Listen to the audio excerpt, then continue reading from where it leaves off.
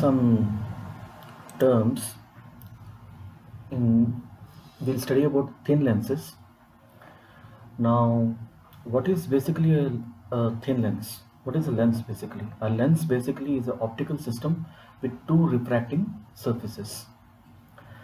It can be a combination of plane plus concave. Concave means which is reflecting inside. Okay, it can be concave plus concave. It can be convex plus convex. And thin lens means that the thickness is very negligible. So these are the different types of lenses. What you see, this is a biconvex. You can see that this lens is basically a combination of two surfaces, spherical surfaces. This is a plano-convex.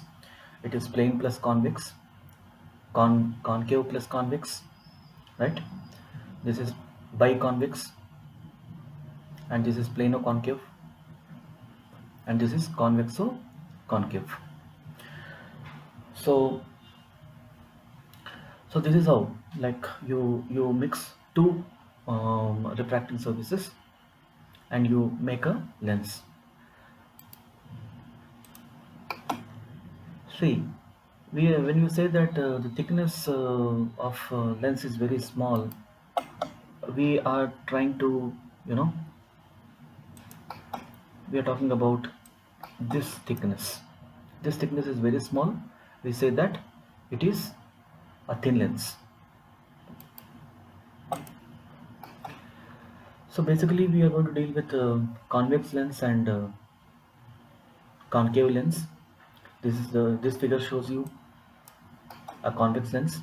Convex lens is also called a converging lens, and this figure is a concave lens. A concave lens is also called a diverging lens.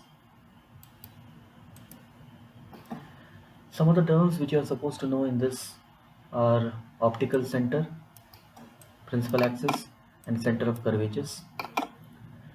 So optical center is basically the center point. Okay, now you can see that there are two surfaces here. One is this surface and another is this surface. Okay, now for this surface you will have a center which is on this side, on the right side, and for the second one you will have the center on the left side. So we are calling it as C1 and C2. If both centers are OC1 will be the radius of the one surface and OC2 will be the radius of the another surface. These radius can be different also, and they can be equal also. In the previous slides what we have seen, like in this slide, when you call it biconvex or biconcave, the radii are equal. R1 is equal to R2. Okay, so here corresponding to C1 you can have R1, and corresponding to C2 you can have R2. So we need to see the locations of the center of curvatures also. Okay,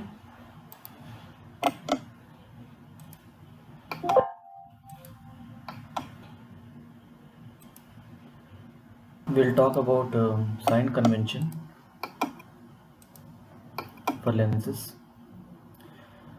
Now this is a convex lens, and we always have to see in which direction the light rays are coming. So object placed in the upward direction is considered positive, and if you see this lens, it will have two center of curvatures and two radius. So the radius along the direction of the light ray is considered positive, and which is against we consider as negative. So distances are measured from the optical center only.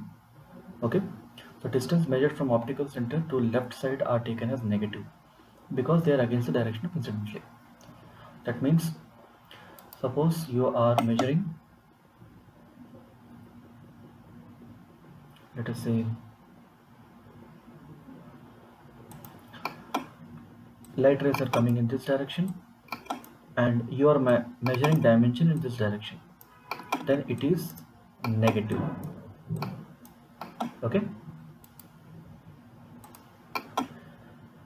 so concave lens also similar situation, height positive upwards and negative in the downward direction.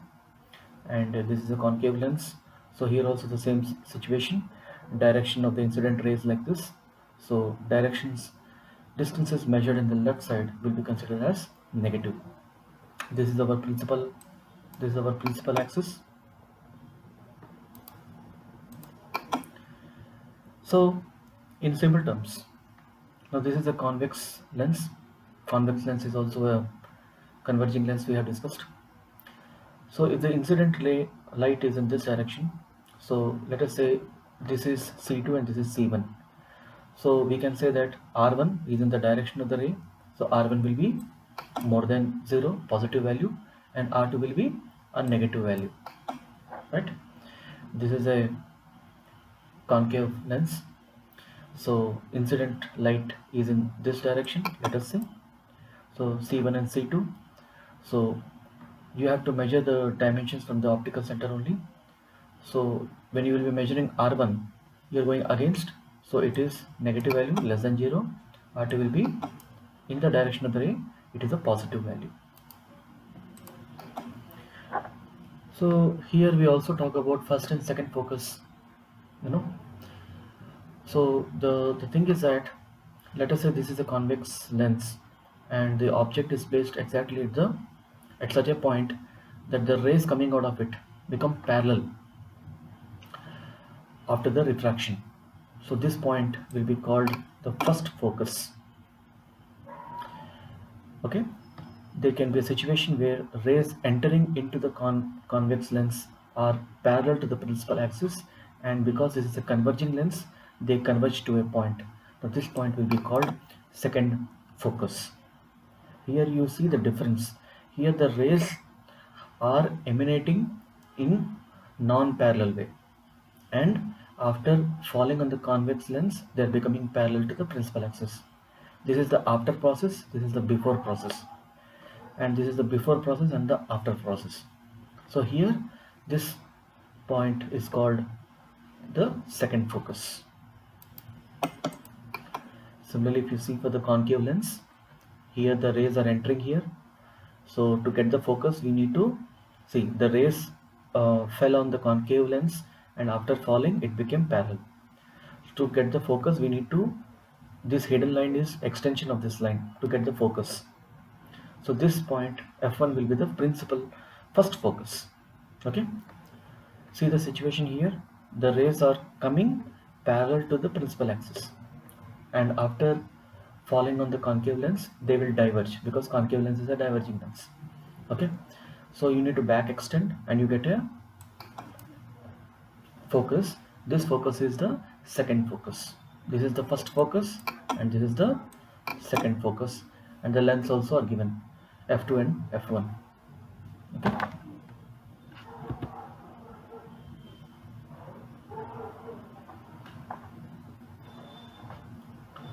So some more terms you will see. A question arises, why a convex lens is converging. Now, first of all, how do you identify a convex lens? See, for identifying the convex lens, you need to see here the thickness will be more, and towards the top it will be less. Okay, for the concave lens it will be reverse, thickness will be less here and towards the top it will be more. To understand why convex lens is converging, you see what is happening inside a prism. So this is a prism, and there is a light ray which is entering the prism. Now this is the rarer medium, this is a glass which is a denser medium, this is, let us say, air is a rarer medium. So from rarer medium it is entering into denser medium. What will happen? The light which you would have thought that it would have gone straight, it won't go straight, it will bend, and it will bend towards the normal. This is the normal line. Okay, now once it comes over this place, now it is moving from denser to rarer. So if you draw a normal, it will move further away from the normal. Okay, so originally the light came like this, and finally it is going like this. So in this whole scenario, you're seeing that it is bending towards the base. Okay, this is what happens in a prism. Now imagine a convex lens as a double prism. Okay, so there is a prism in the top and prism in the bottom in an inverted position. You can see the shape. It is slightly, you know, you imagine this top portion as one prism and bottom portion as another prism. You see what happens here is the light rays enter, and you have just seen that this has to move towards the base for the upper triangle, and for the lower triangle it has to move in the upward direction, and finally these two rays will, let us say, will meet approximately at a point, okay, which is you are calling it as focus. So this is what happens in a prism, actually, in a convex lens. That is why a convex lens is called converging. Similar, if you draw the ray diagram for a concave lens also, you will find that it is a diverging lens. Okay.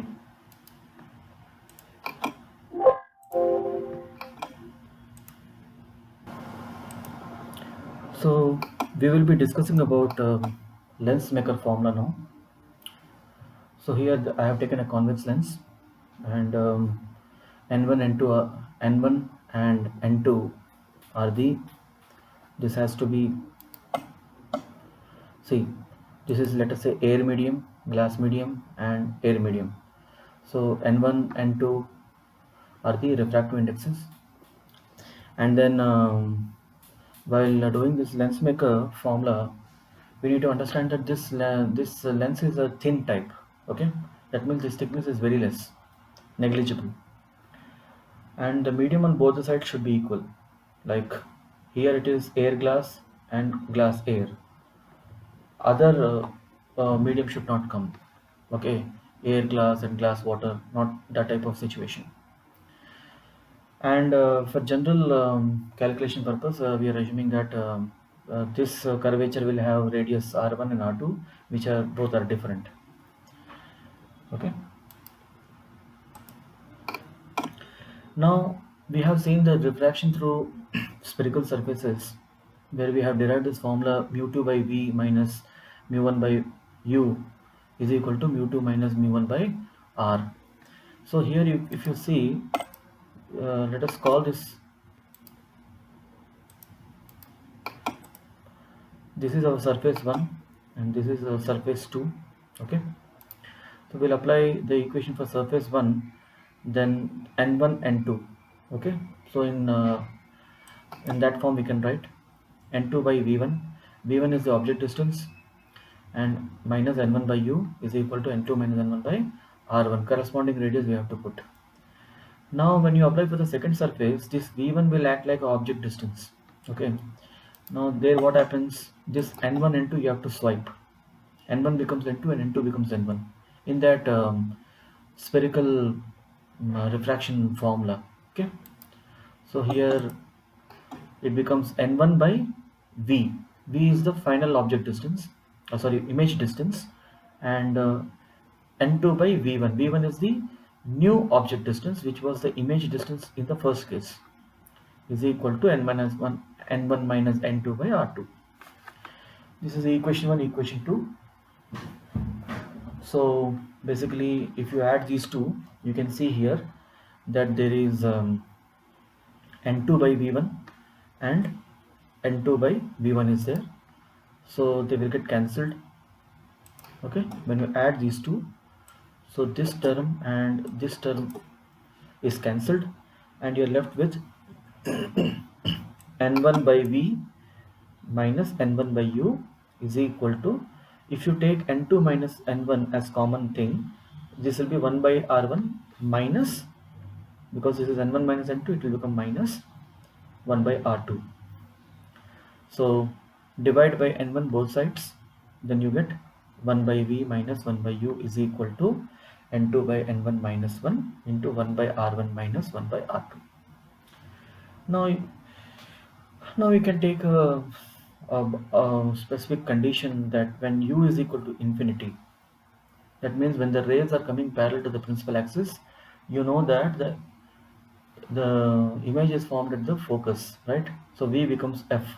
This we have seen in the case of while we were discussing that first and second focus points, remember? So putting that condition, if u is equal to infinity, 1 divided by infinity will become 0 and 1 by will become 1 by f. So 1 by f is equal to this right hand side. So this is our standard equation which you are supposed to remember. Okay, this is our lens maker equation. So with this, more or less, we have concluded the basic aspects. We will see some numericals in the next class. Thank you.